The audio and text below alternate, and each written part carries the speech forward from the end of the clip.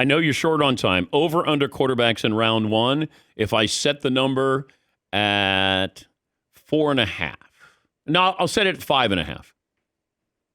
I mean, that's the correct line right there. That's where I would set it. I would take I right now sitting here, I would say six quarterbacks go in round one.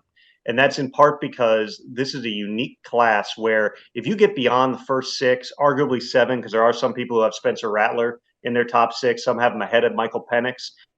There's really not a whole lot of other guys. There is Michael Pratt, who you mentioned. We got a great feature coming on NFL 360 tomorrow night. He's probably be a late day two, early day three guy. I think Joe Milton, the guy with the howitzer from Tennessee, he's going to get taken late just based on traits, and that might be it. That might be the only quarterback should get drafted, other than maybe there's somebody in the seventh because there's a competition to sign him as a PFA, and you don't want to go down that. So you just take him late, but that's it. So you got more teams right now that need quarterbacks than there are quarterbacks to be taken. So if you go right down the list right now, all right, Caleb Williams to the Bears, barring something totally unforeseen at number one.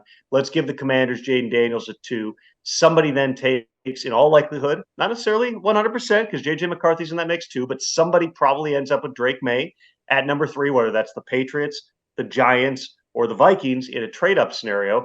J.J. McCarthy then goes somewhere, I would think, between 4 and 11, which then still leaves potentially the Broncos, the Raiders, some of the wild card teams, like could the Rams potentially take one as well? I think that there's a lot of people within the league who believe if the Raiders cannot go get Jaden Daniels, which by the way would be totally out of character for Tom Telesco to make a trade up, the general manager there.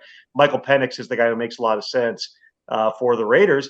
And then Bo Nix, he's got a lot of fans around the league. Let's say you're the Vikings and you get shut out, you can't trade up, you miss out, the Giants take McCarthy, and you're stuck. You might think, hey, we got not just number 11, we got number 23. Bo Nix might be there.